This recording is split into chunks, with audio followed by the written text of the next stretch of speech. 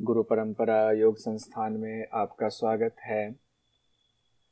हम लोग पतंजलि योग दर्शन साधन पाद पढ़ रहे हैं। साधन पाद में हम लोगों ने देखा था विवेक ख्याति को प्राप्त करने के लिए, विवेक ख्याति की स्थिति तक पहुंचने के लिए हमें अष्टांग योग का अभ्यास करना चाहिए।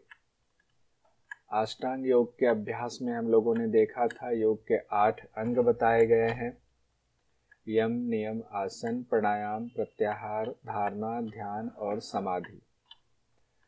आज हम लोग यम से शुरू करेंगे, यानी 8 अंगों को आज हम लोग एक एक करके देखेंगे कि साधन पाद में क्या कहा गया है यम के बारे में, नियम के बारे में और बाकी 6 और अंगों के बारे में क्या कहा गया है।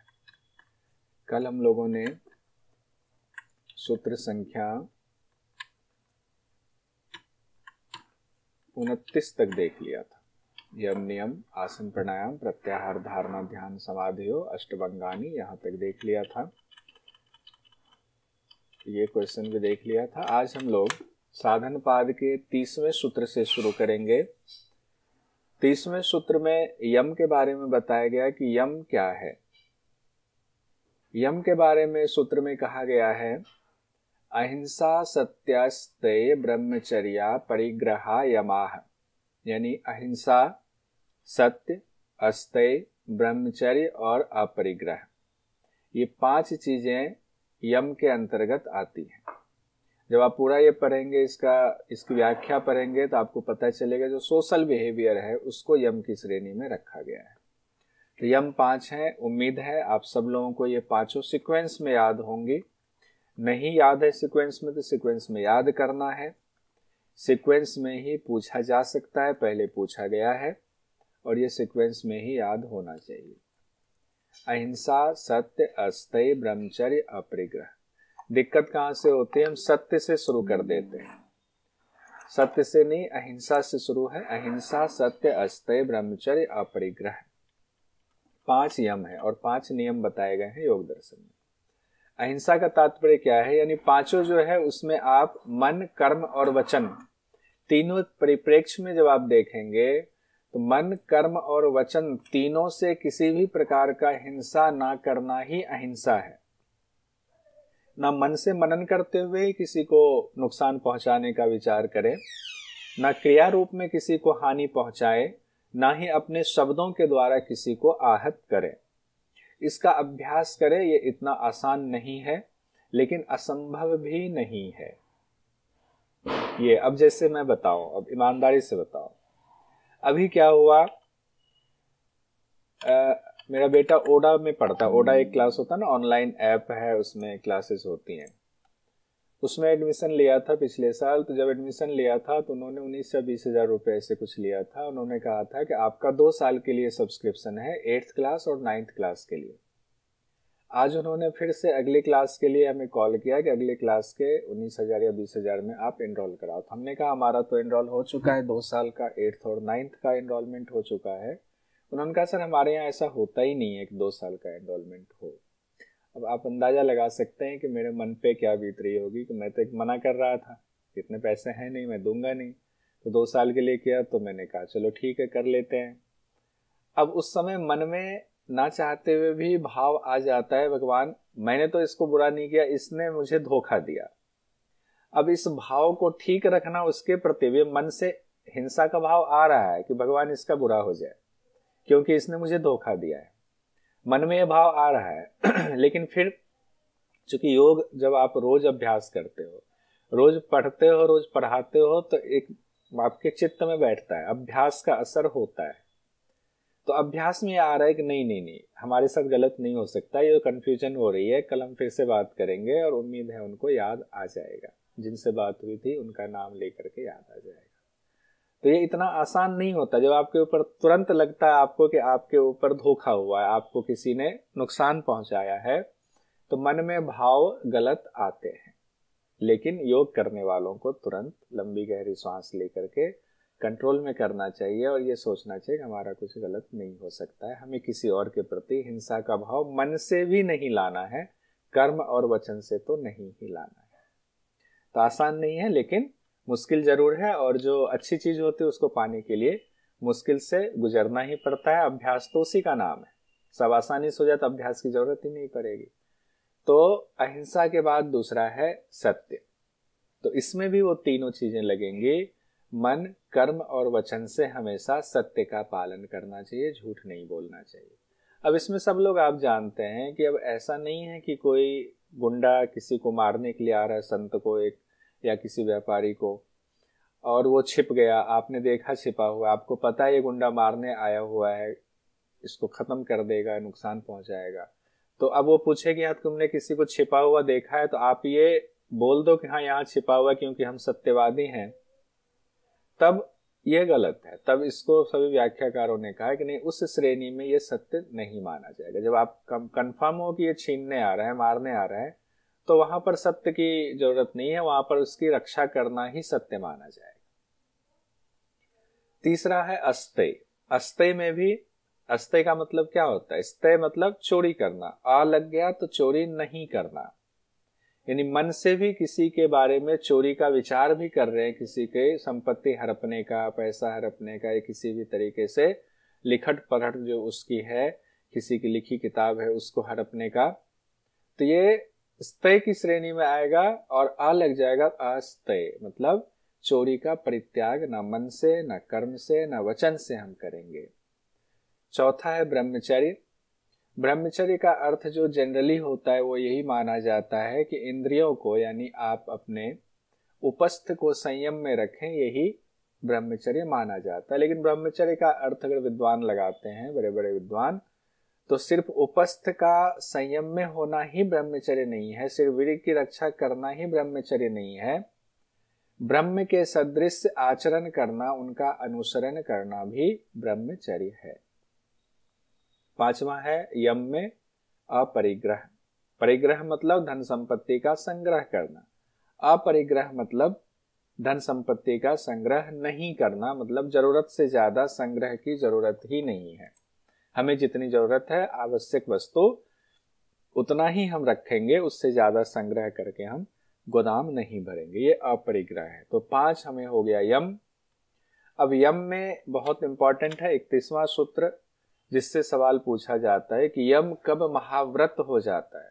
आप व्रत का पालन करें कि यम का पालन हमें करना, ये भी एक तरह से व्रत है, लेकिन ये महाव्रत कब हो जाएगा, इसकी चर्चा 31वें सूत्र में की गई है।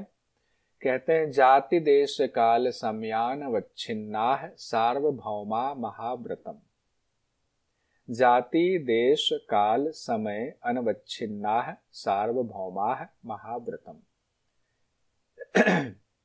जब जाति, देश, काल और समय की सीमा से रहित हो जाए आपका यम, यानी हर परिस्थिति में, हर स्थिति में आपका यम अवस्थित है, ना वो जाति देख रहा है, ना देश देख रहा है, ना काल देख रहा है, ना समय देख रहा है, हर परिस्थिति में आपका यम अब सार्वभौमिक हो गया है, तब वो महाव्रत कहलाता है। यानी हर स्थिति में, सार्वभौमिक मतलब हर स्थिति में आप पालन करने की स्थिति में हो। जाति मतलब ये नहीं कि मनुष्य के प्रति तो हम हिंसा नहीं करेंगे, चोरी नहीं करेंगे, पशु है उसके प्रति हिंसा कर लेते हैं, मछली है मछली को खा लेना चाहिए, उसके प्रति हिंसा हो जाएगी, लेकिन औरों के प्रति नहीं। तो जब अहिंसा का भाव हर जाति के प्रति अवस्थित हो जाए, जैसे देश है, हम ये सोचते हैं तीर्थ स्थल पर आए हुए हैं, पुण्य स्थल पर आए हुए हैं, तो यहाँ पर तो हम अहिंसा नहीं करेंगे, बाकी जगह कर सकते हैं, बाकी जगह चोरी चलेगा नहीं, यहाँ पर नहीं, यहाँ गंगा स्नान करना है, यहाँ चोरी नहीं करेंगे, यहाँ झूठ नहीं बोलेंगे। तो ऐसा नहीं, कोई भी देश हो, चाहे आप अपने घर में हो, बाहर हो, विदेश में हो, चाहे आप तीर्थ स्थल पर हो, चाहे आप पिकनिक मनाने जा रहे हो, हर जगह पर आपका 5 यम अवस्थित होना चाहिए।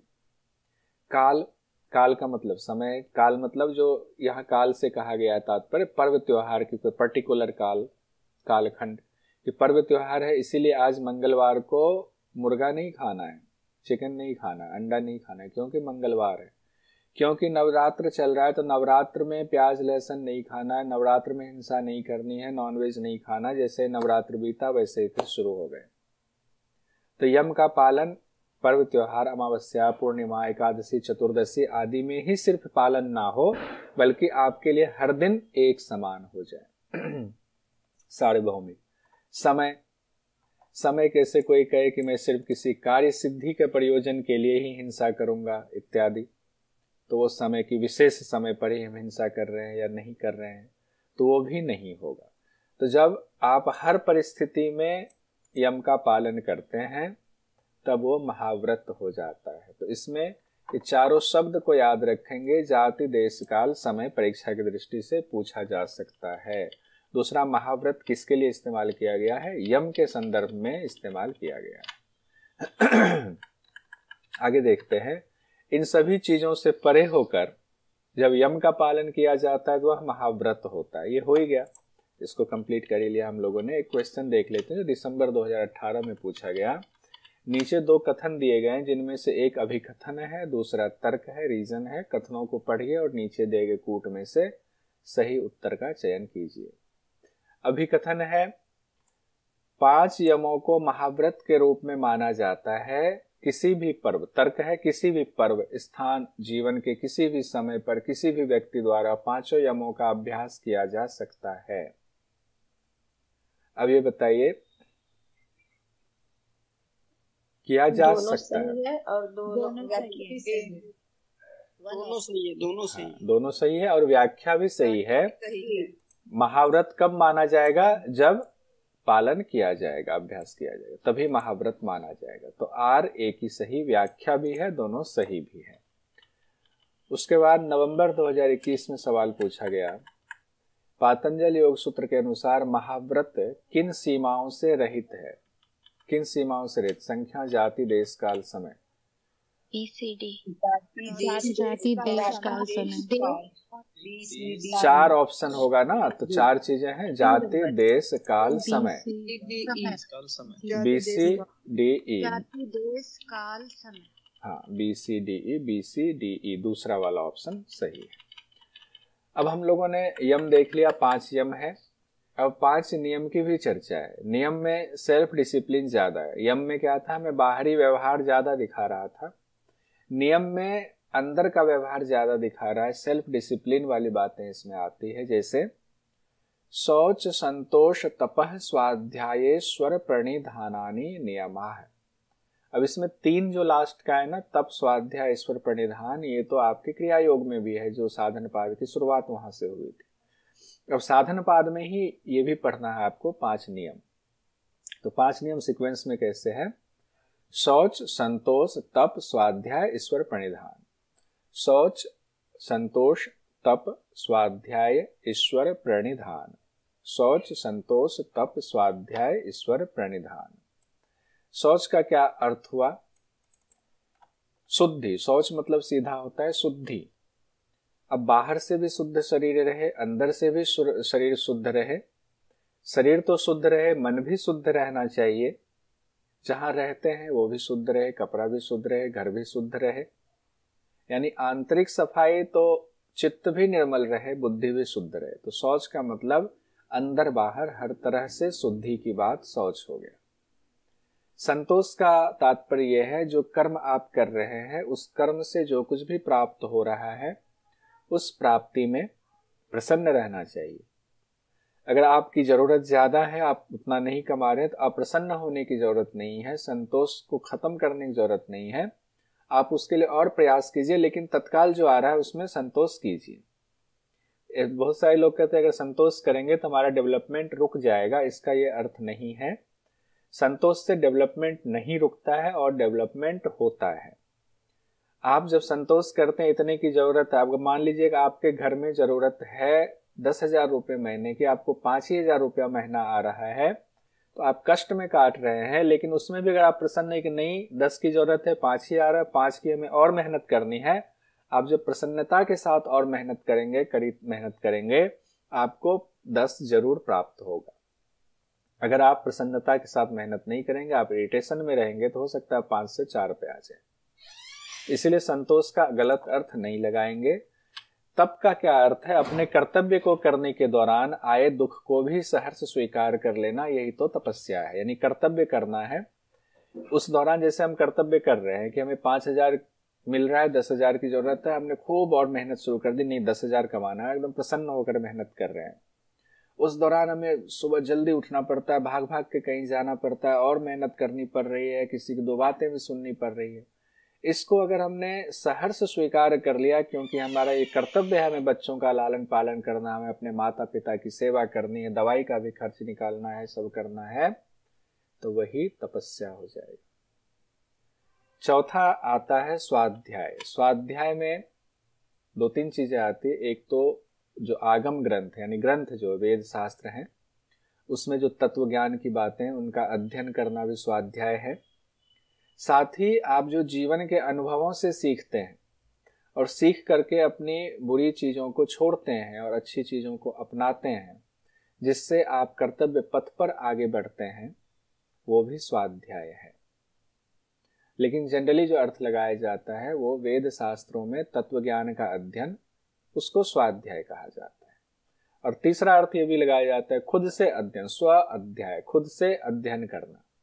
और स्वाध्याय में स्व का अध्याय, खुद का भी अध्ययन करना कि हमने आज किया, क्या गलत किया, क्या अच्छा किया, जो अच्छा किया उसको बढ़ाना, जो गलत किया उसको हटाना है। तो स्वाध्याय में सब समाहित हो जाएगा। ईश्वर परिधान है कि सारी सृष्टि ईश्वर की है, हमारा कुछ भी नहीं है, कुछ भी लेकर नहीं आए थे। एक श्वास मिला था, जाते समय श्वास भी छिन जाता है, तो कुछ है ही नहीं हमारा, सब भगवान का है। तो हम पूरा कर्म ईश्वर को समर्पित करके करेंगे।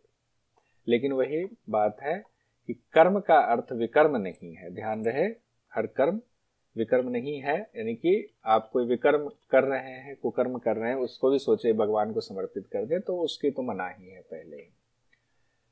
यम भी 5 हो गया, नियम भी 5 हो गया, पांचों सीक्वेंस में हमें याद रखना है। अब है जब हम यम और नियम का अभ्यास कर रहे हैं तो उस दौरान बड़ी विकट परिस्थिति आती है। यम नियम के अभ्यास के दौरान मन परेशान होता है, क्योंकि उससे उलट भावना अपने आप आ जाती है, वितर्क वाली स्थिति आ जाती है। कहते हैं वितर्क बाधने प्रतिपक्ष भावनम, 33 नंबर के सूत्र में कहा गया है। जब यम नियम का आप पालन करते हैं तो मन में वितर्क भाव आता है, यानी उल्टी भावना आती है। ऐसा कैसे हम हिंसा नहीं करें, हमारे साथ ऐसा हो गया, ऐसा कैसे हमारे साथ धोखा दिया, हम भी उनको धोखा देंगे। ये उल्टी भावना पैदा होती है, वितर्क बाधने उल्टी भावना पैदा होती है। तो उससे दूर हटने के लिए क्या उपाय है? प्रतिपक्ष भावना करना है, उसका उलट भाव करना है। यानी आपके मन में गलत भाव आया, गलत का उलट भाव क्या होगा? अच्छा भाव हो जाएगा। तो आपके मन में जो वितर्क भाव आया, जो बाधा पहुंचा रहा आपके यम नियम के अभ्यास में, उस वितर्क का उल्टा कर देंगे, उसके प्रतिपक्ष यानी उल्टा भाव करेंगे। तो उससे दूर करने के लिए भावना करनी चाहिए। उसी को कहते हैं वितर्क बाधने प्रतिपक्ष भावनम। 33वें नंबर के सूत्र में ये बात कही गई है। क्वेश्चन एक देख लेते हैं जो जून 2019 में पूछा गया। महर्षि पतंजलि के अनुसार यम नियमों के अनुष्ठान में उत्पन्न बाधा को दूर करने का उपाय निम्न में से क्या है? प्रतिपक्ष भावना। प्रतिपक्ष भावना है, ठीक है, प्रतिपक्ष भावना। 4 ऑप्शन प्रतिपक्ष। अच्छा, एक और कल बात हो रही थी ना, वो सप्तधा प्रांत भूमि वाला, मनीता जी हैं क्लास में?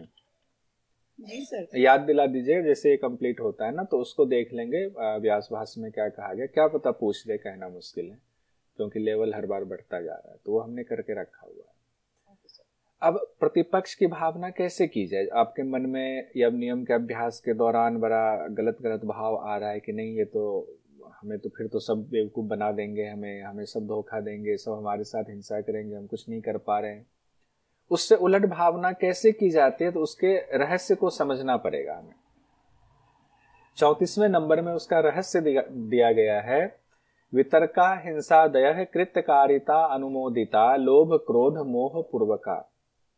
वितर्का हिंसा आदयः कृतकारिता अनुमोदिता लोभ क्रोध मोह पूर्वका। उसके बाद कहा गया है मृदु मध्याधिमात्रा दुखा ज्ञानानंत फला इति प्रतिपक्ष भावनम। मृदु मध्य अधिमात्रा दुख अज्ञान अनंत फला इति प्रतिपक्ष भावनम। अब इसको अर्थ समझते हैं। पहले कहा गया है वितर्का हिंसादयः कृतकारिता, अनुमोदिता, ये 3 शब्द आया हुआ है। कृतकारिता, अनुमोदिता। कृत मतलब होता है खुद जो आप कोई कार्य करते हैं, हिंसा कर रहे हैं, चोरी कर रहे हैं, कुछ भी कर रहे हैं, वो कृत खुद किया हुआ। कारिता मतलब आपने चोरी किसी से करवा दिया, हिंसा किसी गुंडे को पैसे देकर आपने हिंसा करवा दिया, तो वो कारिता में आ जाएगा। अनुमोदिता होगा किसी ने हिंसा की, आपने उसका समर्थन कर दिया कि हाँ इजराइल में जो हमला हुआ वो अच्छा किया, या इजराइल ने जो हमला किया वो अच्छा किया, दूसरों का समर्थन कर देना। 3 रूप में आप गलत कर रहे हैं। कृत, कारिता, अनुमोदिता।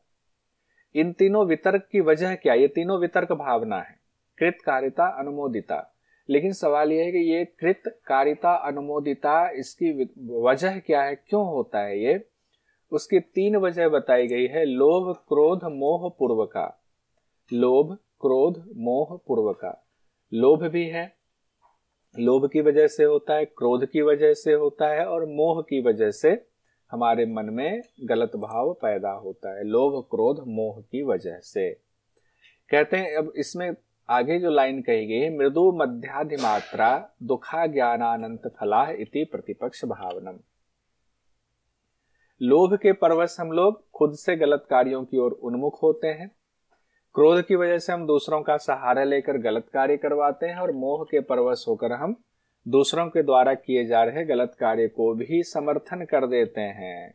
और ये लोभ, क्रोध, मोह भी 3 अवस्थाओं में होता है।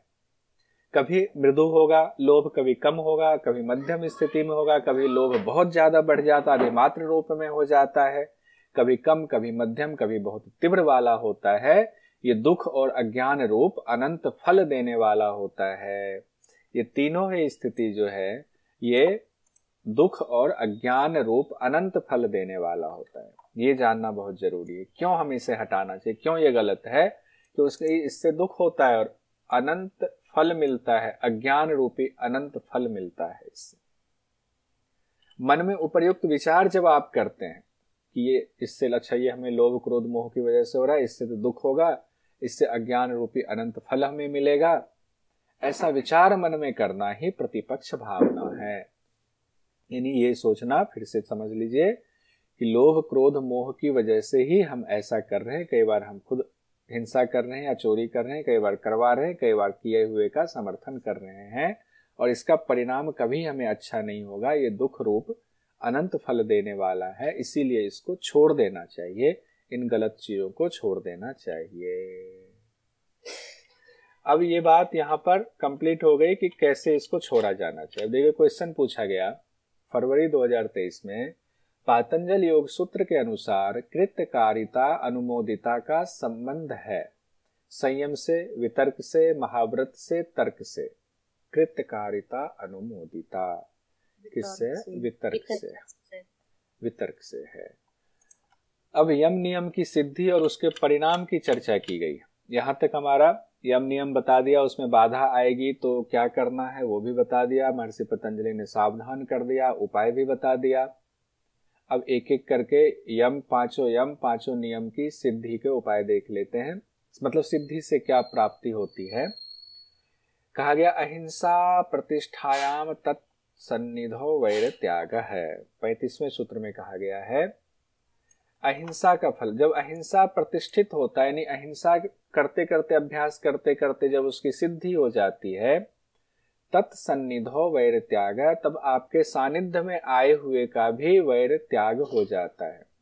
आपकी सानिध्य में जो आता है वो भी वैर त्याग कर देता है। जैसे एक तस्वीर अक्सर दिखती है इस तरह की, कि मान लीजिए कि एक योगी है जिनका अहिंसा दृढ़ हो गया है, सिद्ध हो गया, उनके पास में देखिए हिरण का बच्चा भी बैठा हुआ है, और वहीं पर बाघ भी है और शेर भी है, तीनों है, एक दूसरे पर ना गुर्रा रहा है, सब शांति से बैठा हुआ। ऐसा लगता ही नहीं तीनों के चेहरे पर, ना उस हिरण को डर है किसी बात का, वो बाघ के पास बैठा हुआ है शेर के पास, ना शेर के मुख में ये है कि उसको हिरण को खा लें।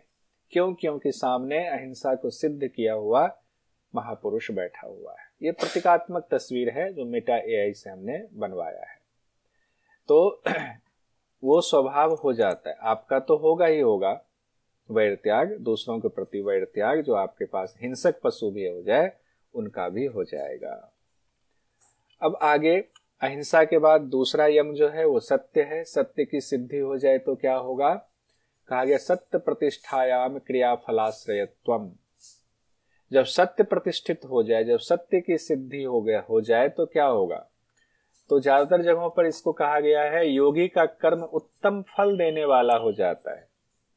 क्रिया फलाश्रयत्वम का अर्थ लगाया गया है योगी का कर्म उत्तम फल देने वाला हो जाता है। उसी को ज्यादातर जगह पर एग्जाम की दृष्टि से दूसरी लाइन जो लिखी है वो ज्यादा महत्वपूर्ण है, क्योंकि यही पूछा जाता है कि सत्य की सिद्धि होने पर योगी की वाणी यथार्थ रूप से सत्य हो जाती है। यानी कि किसी को कह दिया कि जाओ तुम सत्तन जी, तुम्हें वरदान दे दिया, किसी को गुस्से में श्राप दे दिया, तुम्हें ये हो जाए, तुम्हें ये हो जाए, तुम पास हो जाओगे, तुम्हारा ये हो जाएगा, तो जिसको जो बोलते हैं वो सत्य हो जाता है।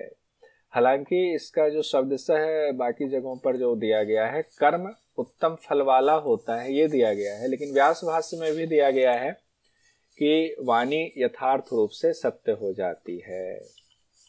यानी जब आप मन कर्म वचन से सत्य का ही आचरण करते हैं, सत्य आपका स्थिर हो जाता है, तब आपकी वाणी यथार्थ रूप से फलित होने लगती। चाहे आप आशीर्वाद देते हैं किसी को या किसी को श्राप देते हैं। जनरली योगी किसी को श्राप नहीं देते हैं। श्राप क्यों देंगे भला? इस चक्र में वो फंसते नहीं है। अब है तीसरा, अहिंसा हो गया, सत्य हो गया। अहिंसा में क्या था? वैर त्याग फल में, और सत्य में क्या है? क्रियाफल आश्रितत्वम, यानी कि जो बोलेंगे हो जाएगा। तीसरा है अस्थेय। अहिंसा सत्य अस्थेय। अस्थेय में कहा गया है अस्थेय प्रतिष्ठायाम सर्वरत्नोपस्थानम। जब मन कर्म वचन से आप चोरी का अभाव आपकी हो जाती, सिद्धि हो जाती, ना मन में आ रहा है, ना वचन में, ना कर्म में हो रहा है, ऐसा जब हो जाता है तो सब प्रकार से रत्न प्रकट हो जाते हैं। सब प्रकार से रत्न प्रकट, यानी कि आपको आपके पुरुषार्थ के मुताबिक सब अनुकूल फल मिलने लगता है। आपका योगक्षेम भगवान पूरा करने लगते हैं, आपको किसी चीज की दिक्कत नहीं होती। लेकिन परीक्षा की दृष्टि से टू द पॉइंट शब्द आता है सर्वरत्नोपस्थानम, सारे रत्न उपस्थित हो जाते हैं, यही शब्द आता है। एमसीक्यू में यही शब्द आता है। लेकिन जब आप लंबा लिखते हैं, मास्टर आप कर रहे हैं, पीएचडी कर रहे हैं, तो उसमें सिर्फ एक लाइन से नहीं होगा कि सभी रत्न उपस्थित, उसकी लंबी व्याख्या देनी पड़ती है। 38वें नंबर के सूत्र में कहा गया है ब्रह्मचर्य जब आपका सिद्ध हो जाए तो क्या होगा? कहते हैं ब्रह्मचर्य प्रतिष्ठायाम वीर्य लाभ है। ब्रह्मचर्य जब सिद्ध हो जाए तो वीर्य लाभ होता है। यानी कि एक तो वीर्य लाभ शब्द याद कर लीजिए, दूसरा शब्द का अर्थ याद कर लीजिए, अपूर्व शक्ति मिल जाती, बौद्धिक और शारीरिक बल आपका बढ़ जाता है। लेकिन परीक्षा की दृष्टि से ज्यादातर यही शब्द पूछा जाता है, वीर्य लाभ। तो ब्रह्मचर्य सिद्ध होने पर वीर्य का लाभ होता है। अगला है हमारा अपरिग्रह स्थैर्य जन्म कथांता संबोध।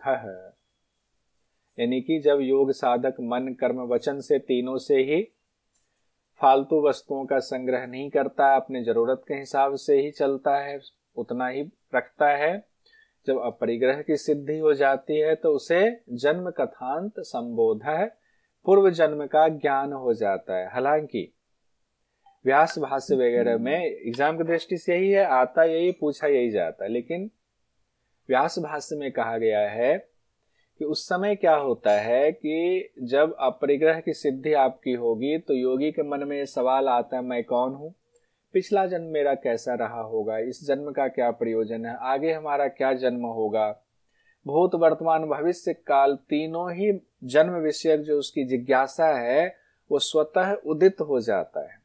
अभी कितने लोग हैं जिनको इस बारे छोड़ो ना, पिछले जन्म में क्या थे, क्या लेना देना है, अगले जन्म क्या होगा, खाओ पियो मौज करो। लेकिन जो योगी स्वभाव का होगा, कहते हैं अपरिग्रह जब स्थिर हो जाता है तो उसके मन में जन्म विषयक जितनी जिज्ञासा है वो स्वतः उदित हो जाता है, ये है। लेकिन हम लोग पढ़ते आ रहे हैं कि अपरिग्रह की सिद्धि से पूर्व जन्म का ज्ञान हो जाता है। तो इसको इसी रूप में जान लेंगे ताकि एग्जाम में कोई दिक्कत नहीं हो। अब एक बार 5 यम और उसके फल को एक साथ देख लेते हैं। अहिंसा वैर त्याग, सामने आए हुए भी उस समय वैर का त्याग कर देते हैं। सत्य, क्रियाफल आश्रय का भाव, जो बोलेंगे हो जाएगा। अस्तय के बारे में कहा गया है, सभी रत्न प्रकट हो जाते हैं, यानी छिपा खजाना मिल जाता है। ब्रह्मचर्य की सिद्धि होने पर वीर्य लाभ होता है, अपूर्व शक्ति मिलती है। अपरिग्रह की सिद्धि होने पर पूर्व जन्म का ज्ञान हो जाता है।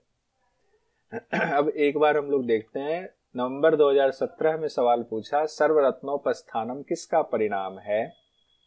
अपरिग्रह अस्तय का परिणाम है। अब जून 2019 में सवाल पूछा गया, योग सूत्रानुसार किस अवस्था में स्थित होने पर पूर्व जन्म का ज्ञान होता है? अपरिग्रह। बढ़िया। 2023 जून में पूछा गया, पातंजल योग सूत्र के अनुसार यम के परिणामों को क्रमबद्ध कीजिए। अब लीजिए, परिणाम को क्रमबद्ध करना है, तो जब हमें यम पांचों पता होगा तो हम परिणाम को भी क्रमबद्ध कर लेंगे। पहला क्या था हमारा? अहिंसा। अहिंसा से वैर त्याग है, तो ई वाला सबसे पहले हो जाएगा। उसके बाद सत्य। सत्य में क्या था? क्रिया फलाश्रयत्वम, तो डी वाला। ई के बाद डी। उसके बाद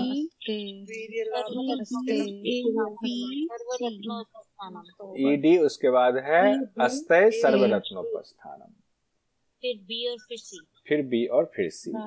ठीक है, उस हिसाब से तीसरा ऑप्शन से। हाँ, तो जब हमें इसमें यही ट्रिक लगाना है, अरे यम के परिणाम पर परेशान नहीं होना, पहले यम पांचों याद कीजिए सीक्वेंस में, उसका परिणाम अपने आप एक एक करके। नहीं होगा तो आपको रफ कॉपी मिलता है एग्जाम में, वहां पांचों यम लिखिए, फटाफट उससे मैच कर लीजिए, हो जाएगा, कोई दिक्कत नहीं होगी। अब हम लोग ये देख लेते हैं, नियम की सिद्धि होने पर क्या फल मिलता है। किन्हीं का माइक ऑन है, बंद कर लीजिए। 5 नियम भी है, तो 5 नियम में शौच, संतोष, तप, स्वाध्याय, ईश्वर प्रणिधान है। तो देखते हैं इसमें शौच का सबसे पहले देखते हैं। शौचात स्वांग जुगुप्सा परेर संसर्ग है, यानी कि शौच की सिद्धि होने पर स्वांग जुगुप्सा, खुद के शरीर से भी आसक्ति का खत्म हो जाता है। परेर संसर्ग है, दूसरों से संसर्ग का भी अभाव हो जाता है। अपना शरीर भी उससे आसक्ति खत्म और दूसरे के शरीर से भी आसक्ति खत्म, दोनों चीजें हो जाती है। दूसरे शब्दों में समझने के लिए कहे, जो पिछली क्लास में बात हो रही थी कि योग साधक को जब ये पता चलता है कि उसका शरीर क्या है, गंदगी का ढेर है, गंदगी उत्पन्न होती रहती, शरीर से क्यों मोह करना, शरीर को क्यों स्नो पाउडर रोज लगाना। शरीर शुद्धि जरूरी है, शौच करना है, लेकिन इससे मोह नहीं करना है। तो शरीर मल से भरा है, जब ये पता चलता है तो आसक्ति खत्म हो जाती है इस शरीर से। जब अपने ही शरीर से आसक्ति खत्म हो जाती है, तो मान लीजिए विपरीत लिंग के प्रति जो शरीर है उससे भी आसक्ति खत्म हो जाएगी। जब अपने शरीर का सच पता चलता है तो बाकी शरीर की सच्चाई भी वही है। तो अपने शरीर से आसक्ति खत्म होती है, दूसरे के शरीर से संसर्ग का आकर्षण भी खत्म हो जाता है। पुरुष है तो स्त्री के शरीर से आसक्ति खत्म हो जाएगी, स्त्री है तो पुरुष के शरीर से आसक्ति खत्म हो जाएगी, आकर्षण खत्म हो जाएगा। शौच में सिर्फ यही 2 फल नहीं बताया गया है, शौच में और भी 5 फल बताए गए। क्या है वो? 41वें नंबर के सूत्र में देखिए, सत्व शुद्धि सौमनस्य एकाग्र येन्द्रिये जयात्म दर्शन योग्यत्वानि। कहते हैं सत्व शुद्धि अंतःकरण की शुद्धि होती है, सौमनस्य मन में प्रसन्नता आती है, एकाग्र चित्त की एकाग्रता होती है, इंद्रिय जय इंद्रियां वश में हो जाती हैं, आत्मदर्शन योगत्वानि, आत्मदर्शन की साक्षात्कार की योग्यता हो जाती है, यानी आत्म साक्षात्कार की योग्यता हो जाती। किससे हो रहा है ये सारी चीजें? शौच से हो रहा है। तो शौच से कितनी चीजें होगी? यहाँ 5 और ऊपर 2। ऊपर 2 में क्या था? एक तो अपने भी शरीर से आसक्ति का खत्म, दूसरे के शरीर से भी आकर्षण खत्म, अंतःकरण की शुद्धि, मन में प्रसन्नता, चित्त की एकाग्रता, इंद्रिय वश में हो जाती है, इंद्रिय जय हो जाता है और आत्म साक्षात्कार की योग्यता आ जाती है। तो शौच से 7 चीजें होती है, इसको कहीं नोट करेंगे। बाकी में तो एक एक में आसानी से याद होता है, शौच में 7 है तो आसानी से याद नहीं होता है। दूसरा है संतोष, नियम का दूसरा संतोष है। संतोषाद अनुत्तम सुख लाभ है। जब संतोष की सिद्धि होगी तो क्या होगा, उत्तम सुख की प्राप्ति होगी, उत्तम सुख लाभ होगा, सर्वोत्तम सुख प्राप्त होता है। अनवरत जब आप संतोष का अभ्यास करते हैं और संतोष आपका सिद्ध हो जाए, अब असंतोष आ ही नहीं रहा है किसी भी स्थिति में, तो उत्तम सुख लाभ मिलता है। दुख क्यों होता है, क्योंकि संतोष नहीं है, इसलिए दुख होता है। तीसरा है हमारा शौच संतोष, उसके बाद क्या है तप। कायेन्द्रिय सिद्धि शुद्धि क्षयात तपसः। काय इंद्रिय सिद्धि अशुद्धि क्षयात तपसः। इससे दो चीजें हुई तप से। तप से दो लाभ मिल रहा है, दो फल मिल रहा है। शरीर और इंद्रिय से संबंधित सिद्धियां मिल जा रही। काय मतलब शरीर, इंद्रिय मतलब एकादश इंद्रिय। तो काया और इंद्रिय से संबंधित सिद्धि मिलती है। अशुद्धि क्षयात, अशुद्धियों का क्षय होता है, नाश होता है, ये तप से होता है। तो दो चीजें तप से। तप में भी दो चीजें आ गई, ध्यान रखिए। अब हम लोग आते हैं स्वाध्याय। स्वाध्याय के सिद्धि से क्या होगा, कहते हैं स्वाध्याय इष्ट देवता संप्रयोग है। स्वाध्यायात इष्ट देवता संप्रयोग है। स्वाध्याय का अभ्यास करने से जब इसकी सिद्धि हो जाती है तो इष्ट देव का साक्षात्कार होता है। योग प्रदीप में यही कहा गया, इष्ट देव का साक्षात्कार होता है। हालांकि व्यास भाष्य में डायरेक्ट ये बात नहीं कही गई है। कहते हैं स्वाध्याय वगैरह आप करते हैं तो आप इष्ट के बारे में और जानते हैं, गुरु का सानिध्य मिलता है, उनके साथ रहते, इष्ट के प्रति आपका जो है जुड़ाव होता है। योग प्रदीप में कहा गया, एग्जाम में भी पूछा जाता है, स्वाध्याय की सिद्धि होने से क्या होता है, इष्ट देव का साक्षात्कार होता है। उसके बाद है ईश्वर प्रणिधान, नियम का 5वां। समाधि सिद्धि ईश्वर प्रणिधानात्। समाधि सिद्धि ईश्वर प्रणिधानात्। ईश्वर प्रणिधान का अभ्यास कर रहे हैं, सिद्धि हो गई तो क्या होगा, समाधि मिल जाएगी। कंफ्यूजन कहाँ होती है, हम ये सोचते हैं ईश्वर प्रणिधान कर रहे हैं तो ईश्वर का साक्षात्कार होगा, तो यहाँ कंफ्यूजन होती है। हम ये सोचते हैं स्वाध्याय कर रहे हो तो समाधि लग जाएगी, क्योंकि ईश्वर शब्द है ना, तो ईश्वर से जनरली जुड़ता है इष्ट देव का साक्षात्कार। स्वाध्याय तो हम सोचते हैं समाधि लग जाएगी, ये नहीं है ऐसा, एग्जाम में गड़बड़ हो जाएगा। स्वाध्याय से इष्ट देव का साक्षात्कार और ईश्वर प्रणिधान से समाधि। ईश्वर प्रणिधान हम लोगों ने समाधि पाद में भी पढ़ा हुआ था, वहां भी समाधि के संदर्भ में ही ईश्वर प्रणिधान की चर्चा आई थी। अर्थात सब कुछ ईश्वर का मानकर अनासक्त भाव से कर्म करना ही ईश्वर प्रणिधान का अभ्यास है। जब अभ्यास करते करते ईश्वर प्रणिधान की सिद्धि हो जाती है तो साधक का चित्त बहुत निर्मल हो जाता है, तब समाधि की प्राप्ति हो जाती है। अब एक साथ हम लोग नियम और उसके फल देख लेते हैं। नियम में क्या है, शौच है। शौच से हम लोगों ने 7 चीजें देखी थी। खुद के शरीर से, दूसरों के शरीर से संसर्ग की आसक्ति का निरोध, अपने शरीर से वैराग्य, दूसरों के से शरीर से संसर्ग की आसक्ति का निरोध, परेड संसर्ग है। 2 बातें हो गई। 5 और है अंतःकरण की शुद्धि, मन में प्रसन्नता, चित्त की एकाग्रता, इंद्रिय जय, इंद्रिया वश में, और आत्म साक्षात्कार की योग्यता आती है। आत्म साक्षात्कार की योग्यता।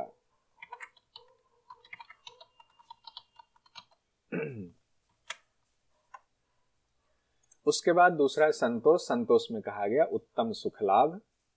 तप में कहा गया शरीर और इंद्रिय से संबंधित सिद्धियां, अशुद्धियों का नाश होता है। तप में भी 2 बातें कही गई, शरीर और इंद्रिय से संबंधित सिद्धियां मिलती हैं और अशुद्धियों का नाश होता है। स्वाध्याय में कहा गया है इष्ट देव का साक्षात्कार होता है। ईश्वर प्रणिधान में समाधि की सिद्धि होती। इसी 2 में कंफ्यूजन होती है। जो लोग अभी क्लास ले रहे हैं उनका तो ये क्लियर हो जाएगा, और जो नहीं ले रहे अनुमान लगाएंगे उनका ईश्वर परिधान में इष्ट देव करेंगे, स्वाध्याय में समाधि करके गलत करके आ जाएंगे। दिसंबर 2018 में सवाल पूछा गया, सूची 1 आत्मांजलि। सूची 1 सूची 2 को सुमेलित करें, नीचे दिए गए कूट का प्रयोग कर सही विकल्प को चुनें। संतोष बताइए क्या होगा? अनुत्तम सुख लाभ। अनुत्तम सुख लाभ।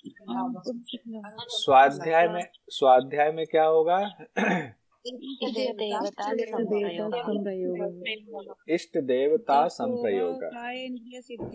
ईश्वर प्रणिधान में समाधि सिद्धि। तपह में कायेंद्रिय सिद्धि। ठीक है, एकदम सही। अब 2019 दिसंबर में पूछा गया, महर्षि पतंजलि के अनुसार इष्ट देवता का साक्षात्कार किससे होता है? ईश्वर प्रणिधान, स्वाध्याय से। अब ये क्वेश्चन है जो जून 2020 का है। अनुत्तम सुख की प्राप्ति किससे होती है?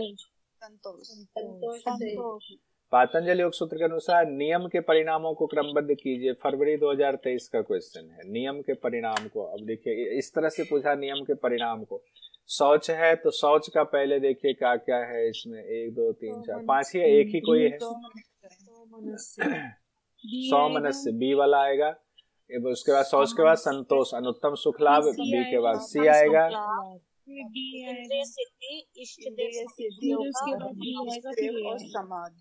वैसे तो कई बार 2 में ही आ जा रहा है, बी और सी एक ही जगह पर है ऑप्शन, बी और सी। कई बार ऐसे भी आंसर बिल्कुल आ जाता है। एक में भी आ रहा है सर, एक में भी आ रहा है क्योंकि सेकंड में ही ये है समाधि सिद्धि। नहीं, पहला तो बी ही होगा ना, सौमनस्य, फिर सी है, तो शुरुआत तो बी से अगर आपको कंफर्म है। सेकंड में ये ना लास्ट है, ये सेकंड में ये लास्ट है ना सर। क्वेश्चन दिखा दीजिए एक बार, देखा समाधि सिद्धि।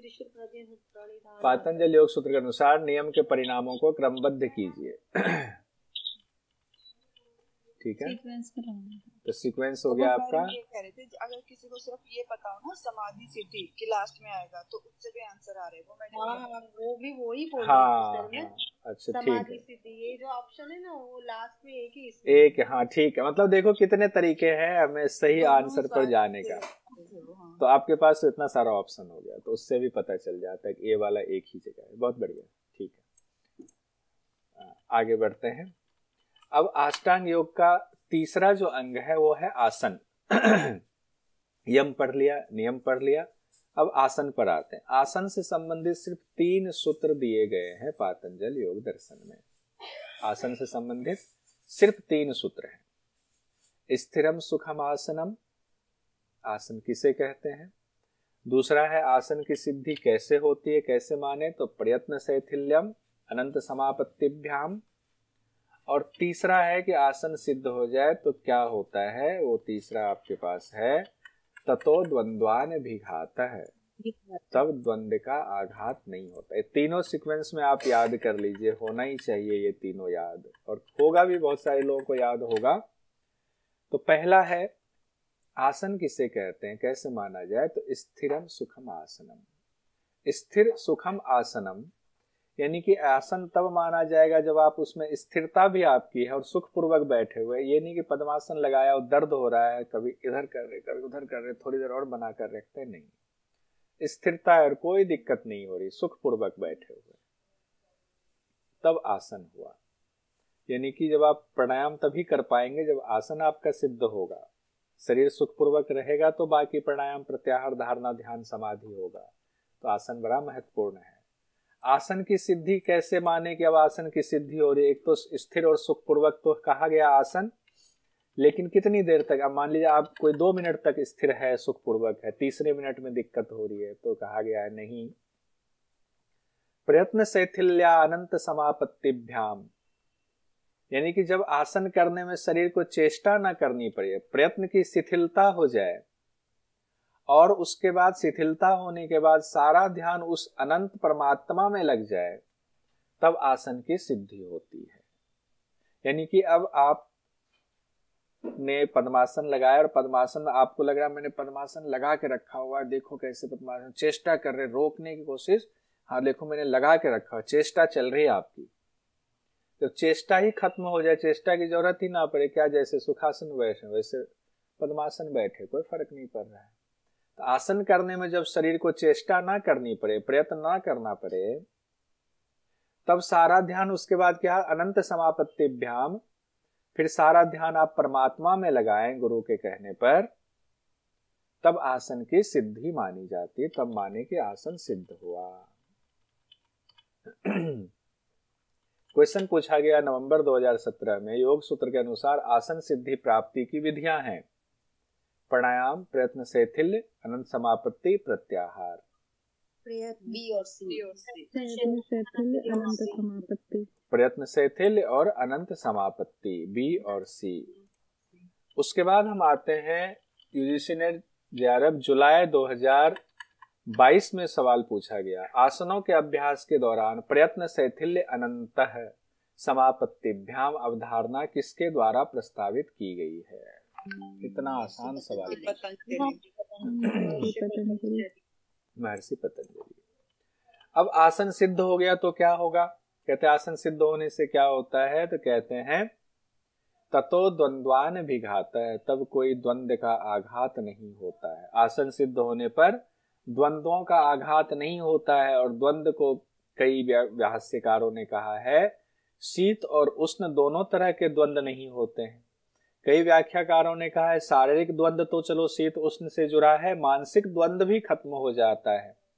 हालांकि सूत्र में सिर्फ ततो द्वंद्वान विघात, द्वंद्व का आघात नहीं होता है। लेकिन व्याख्याकारों ने, भाष्यकारों ने कहा है तो हमें मानना पड़ता है शीत और उष्ण का आघात नहीं होता है, शारीरिक मानसिक द्वंद्व भी खत्म हो जाते हैं। प्राणायाम वाला कल पढ़ लेते हैं क्या होता है, ठीक है? प्राणायाम से कल पढ़ लेंगे हम लोग। अभी बात हो रही थी एक जो कल चर्चा आई थी सप्तधा प्रांत भूमि वाला, उसको देख लेते हैं। उसको देख करके फिर हम लोग संपन्न करते हैं। सर ये तो द्वंद्व जो है ना 4-5 ही है, हो ही जाएगा आज खत्म से कर देती तो। कौन सा वाला? ये वाला साधन पाद हो जाएगा, 5-6 ही हैं सर। ठीक है कर लेते हैं। तो वो अब जब आ गए ऊपर तो देख लेते हैं, उसके बाद कर लेते हैं। ठीक है, देखिए जो सप्तधा प्रांत भूमि वाला हम लोगों ने देखा था कि बुद्धि की 7 अवस्था, उस 7 अवस्था में मनीता जी ने कहा था कि व्यास भाष्य में उसको कैटेगराइज किया गया है। तो व्यास भाष्य में उसको 2 कैटेगरी में रखा गया है। जो हम लोगों ने देखा था ज्ञेय शून्य अवस्था, हेय हेतु क्षीण अवस्था, प्राप्य प्राप्त अवस्था, चिकित्सा शून्य अवस्था, चित्त की कृतार्थता अवस्था, गुणलीनता अवस्था और आत्म स्थिति अवस्था। तो ऊपर के 4 को एक कैटेगरी में रखा गया है और 5, 6, 7 को एक कैटेगरी में रखा गया है। उसमें क्या कैटेगरी में रखा गया है? पहला जो 4 है उसको रखा गया कार्य से विमुक्ति की स्थिति में। अब जो कार्य हमारा था कि हमें जो प्राप्त करना ये कार्य है, हमें ये जानना, इस पर ध्यान लगाना है, वो कार्य से विमुक्ति हो जाती है, वो कार्य कंप्लीट हो जाता है। पहली 4 अवस्था प्रज्ञा की 4 प्रकार की कार्य से विमुक्ति हो जाती है, बुद्धि को 4 प्रकार की कार्य से विमुक्ति हो जाती है।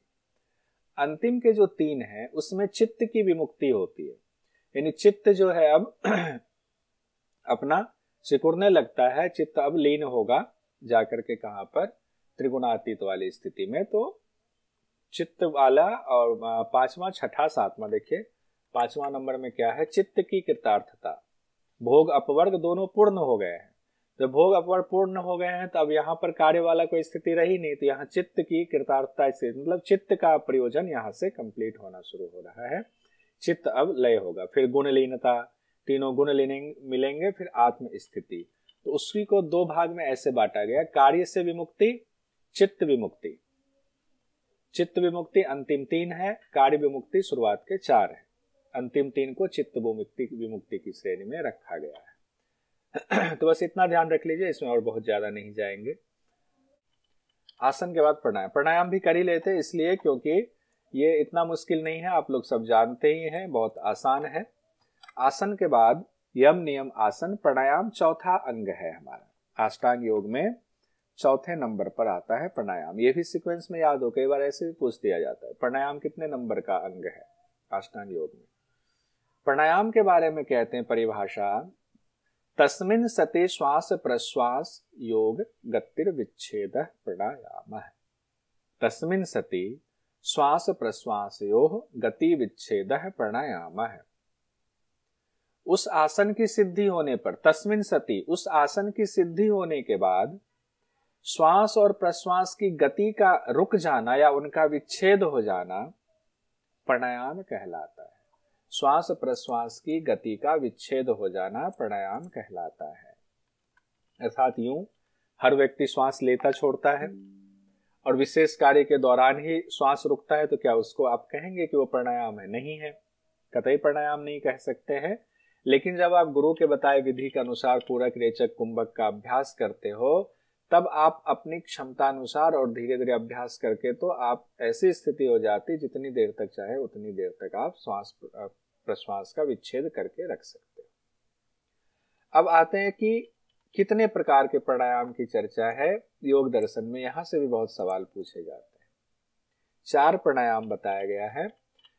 50वें नंबर के सूत्र में 3 बताया गया, फिर 51वें नंबर के सूत्र में 1 बताया गया है। कहते हैं बाह्य अभ्यंतर स्तंभ वृत्तिर देश काल संख्या भी परिदृष्टो दीर्घ सूक्ष्म है। ये दीर्घ सूक्ष्म है और देश काल संख्या भी, इसका भी बड़ा महत्व है। पहले तो कहा गया बाह्य अभ्यंतर विषयाक्षेप, बाह्य अभ्यंतर स्तंभ वृत्ति, विषयाक्षेपी तो बाद में है। तो बाह्य अभ्यंतर स्तंभ वृत्ति पहले देखिए 3 हो गया। बाह्य वृत्ति प्राणायाम, आभ्यंतर वृत्ति प्राणायाम, स्तंभ वृत्ति प्राणायाम। बाह्याभ्यंतर स्तंभ वृत्ति देश काल संख्या भी परिदृष्टो दीर्घ सूक्ष्म है। बाह्य वृत्ति प्राणायाम, आभ्यंतर वृत्ति प्राणायाम और स्तंभ वृत्ति प्राणायाम। बाह्य वृत्ति का मतलब क्या होता है? बाह्य कुंभक, श्वास बाहर निकाल करके रोकना, बाह्य वृत्ति प्राणायाम होगा। आभ्यंतर मतलब अंदर श्वास रोक रहे हैं, आंतरिक कुंभक कर रहे हैं, आभ्यंतर वृत्ति प्राणायाम। स्तंभ वृत्ति है, श्वास जहां है वहीं रोक देना, स्तंभ वृत्ति प्राणायाम होता है, जिसको आप केवली की श्रेणी से बस समझने के लिए तुलना कर सकते हो। स्तंभ वृत्ति प्राणायाम। अब ये 3 प्राणायाम है, लेकिन कब माना जाएगा? कहते हैं बाह्य वृत्ति, आभ्यंतर वृत्ति और स्तंभ वृत्ति प्राणायाम देश काल और संख्या से जाना हुआ लंबा और हल्का हो जाता है। कैसे होता है? क्रिया विधि बताएगी। देश काल और संख्या से जाना हुआ लंबा और हल्का हो जाता है। इसका क्या तात्पर्य है देश काल संख्या का? तो देश का मतलब है जितने स्थान पर प्राण की क्रिया होती है, यानी जब बाह्य प्राणायाम कर रहे हैं तो शरीर से बाहर जहां तक जा रही है आपकी श्वास, आंतरिक कुंभक के दौरान शरीर में श्वास जहां तक रहता है वो देश हो गया, बाह्य देश, आंतरिक देश हो गया। काल हो गया, जितने समय तक आप प्राण अंदर या बाहर जहां भी है वहां रोक कर रखते हैं वो काल हो गया। रुकने का कुल समय को काल कहा जाता है। और संख्या हुआ कि एक प्राणायाम आपने इतने समय के लिए किया तो एक गिनती, दूसरा किया दूसरी गिनती, यानी कि एक नियत समय में, नियत काल में जितना श्वास प्रश्वास की गति आप कर रहे हैं उसकी गणना करना संख्या हो जाता है। कहते हैं 12 राउंड आप प्राणायाम करें या 10 राउंड करें या 6 राउंड करें, तो देश काल संख्या और परिदृष्टों में कहा गया कि उस दौरान श्वास पर ही आपका ध्यान हो, उसी को आपको देखना महसूस करना है। और श्वास कैसा होना चाहिए? नहीं कि जल्दी से श्वास लिया, रोका, जल्दी से छोड़ दिया, नहीं। श्वास दीर्घ होना चाहिए। दीर्घ मतलब लंबा होना चाहिए, सूक्ष्म मतलब हल्का होना चाहिए। जैसे ही अब लंबा में भी ऐसे नहीं बहुत तेजी से खींचा, बहुत देर तक खींचते जा रहे, नहीं। दीर्घ का मतलब लंबा हो और सूक्ष्म मतलब हल्का, धीरे धीरे श्वास ले रहे, आवाज भी ना आए, लेते जा रहे सूक्ष्म तरीके से। तो दीर्घ, सूक्ष्म, लंबा और हल्का हो जाता है, तब जाकर के आपका प्राणायाम माना जाएगा। उसके बाद 51वें नंबर में है जो चौथा प्राणायाम बताया गया है, बाह्य अभ्यंतर विषयाक्षेपी चतुर्थ। बाह्याभ्यंतर विषयाक्षेपी चतुर्थ, बाह्य आभ्यंतर विषयाक्षेपी, ये चौथा प्राणायाम है। यानी इसका क्या अर्थ हुआ? बाहर और भीतर के विषयों का भी त्याग कर देने से जो होने वाला प्राणायाम है वो चौथा प्राणायाम है। यानी श्वास अंदर है या बाहर है इस विषय का भी आपको भान नहीं है, श्वास रुकी हुई है और ध्यान आपका इष्ट चिंतन में लगा हुआ है, जहां ध्यान लगाना वहां लगा हुआ है, गुरु ने जहां कहा है, ये चौथा प्राणायाम है। चौथे प्राणायाम में बाह्य और भीतर के विषय का भी आपको भान नहीं रहता है। इस तरह योग दर्शन में 4 प्राणायाम बताए गए हैं। अब प्राणायाम का फल क्या होता है? कहते हैं ततः क्षीयते प्रकाश आवरणम। यहां से बहुत क्वेश्चन आता है। कहते हैं प्राणायाम आपकी सिद्ध हो रहा है, प्राणायाम की सिद्धि हो गई तो क्या होगा? प्रकाश का आवरण क्षीण होता है। कौन से प्रकाश का आवरण? मतलब प्रकाश के ऊपर जो आवरण पड़ा हुआ, पर्दा पड़ा हुआ है, वो क्षीण होता है। यानी प्रकाश किसका? जो आत्मा का प्रकाश है, जिसको आप नहीं देख पा रहे, उसके ऊपर जो पर्दा पड़ा हुआ, जो गंदगी है, जो हम विषयों में घिरे हुए हैं, अज्ञान का जो घेरा बना हुआ है, वो घेरा क्षीण होता है। यानी प्रकाश के ऊपर पड़ा हुआ आवरण क्षीण होता है। पहला है प्राणायाम का फल। प्राणायाम का दूसरा फल बताया गया है धारणासु च योग्यता मनसः। प्राणायाम सिद्ध होने पर मन की योग्यता धारणा के योग्य हो जाती है। यानी मन धारणा के योग्य हो जाता, धारणा के अभ्यास करने के योग्य हो जाता है। तो प्राणायाम के दो फल बताए गए हैं। प्रकाश पर परा आवरण क्षीण होता है, मन धारणा के योग्य हो जाता है। प्राणायाम के ये दो फल बताए गए हैं। अब कहां तक पहुंच गए हम लोग? हाँ, ये क्वेश्चन देख लेते हैं। 2017 जनवरी में क्वेश्चन पूछा गया, पातंजल योग सूत्र के अनुसार निम्नलिखित में से कौन से प्राणायाम के प्रकार हैं? स्तंभ वृत्ति, सहित प्राणायाम, बाह्य अभ्यंतर, विषयाक्षेपी, केवली प्राणायाम। कौन कौन से हैं?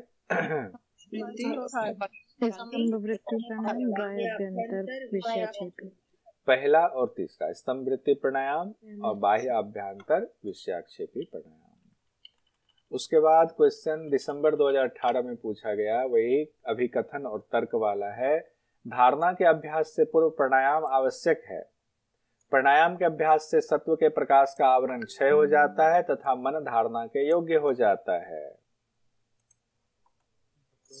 दोनों सही है, व्याख्या भी सही है। दोनों सही है, हो जाएगा। तो दूसरा वाला हो, दोनों सही भी है और आर एक ही सही व्याख्या भी है। हाँ, तो ये भी ध्यान रहे। जुलाई 2018 में पूछा गया कि धारणासु च योग्यता मनसः किसका परिणाम है? धारणासु च योग्यता प्राणायाम का। प्राणायाम का एक तो आवरण क्षीण हो रहा है प्रकाश का, दूसरा धारणासु च योग्यता मनसः है। उसके बाद है, अब दो सूत्र है, इसको कंप्लीट ही कर लेते हैं। पांचवा जो अंग है वो है हमारा प्रत्याहार। प्रत्याहार के बारे में क्या कहा गया है? 54वें सूत्र में, साधन पाद में ही हम लोग, साधन पाद में जो बाह्य वाला हिस्सा है वो है और आंतरिक वाला अगले पाद में है, विभूति पाद में।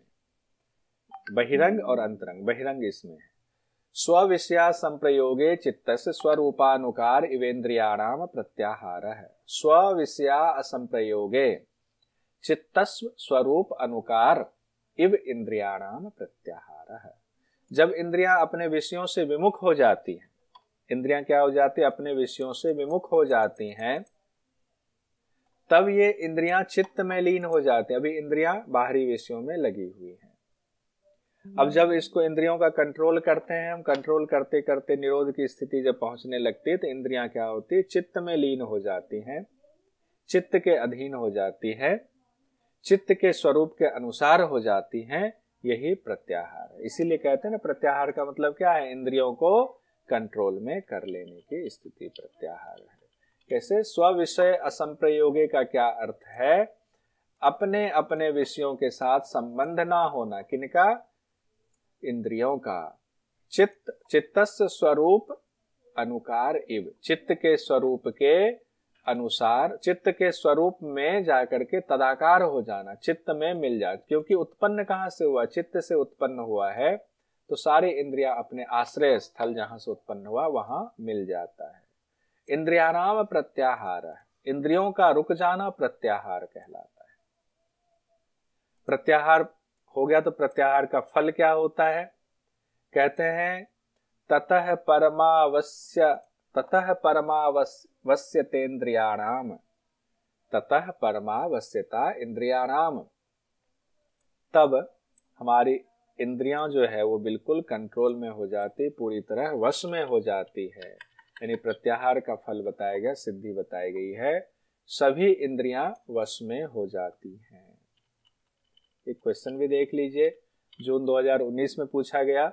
सूची 1 सूची 2 को सुमेलित कीजिए। ततो द्वंद्वान भी घाता है, किसमें होगा? आसन।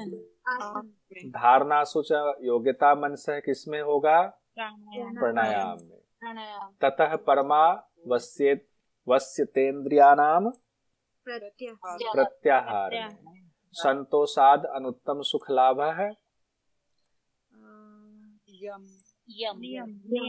बताइए, शौच के बाद संतोष, नियम में, शौच के बाद संतोष। अस्तये प्रतिष्ठायाम सर्वरत्नोपस्थानम यम। बिल्कुल सही। नंबर 4। हाँ, यहाँ हमारा साधन पाद संपन्न हुआ।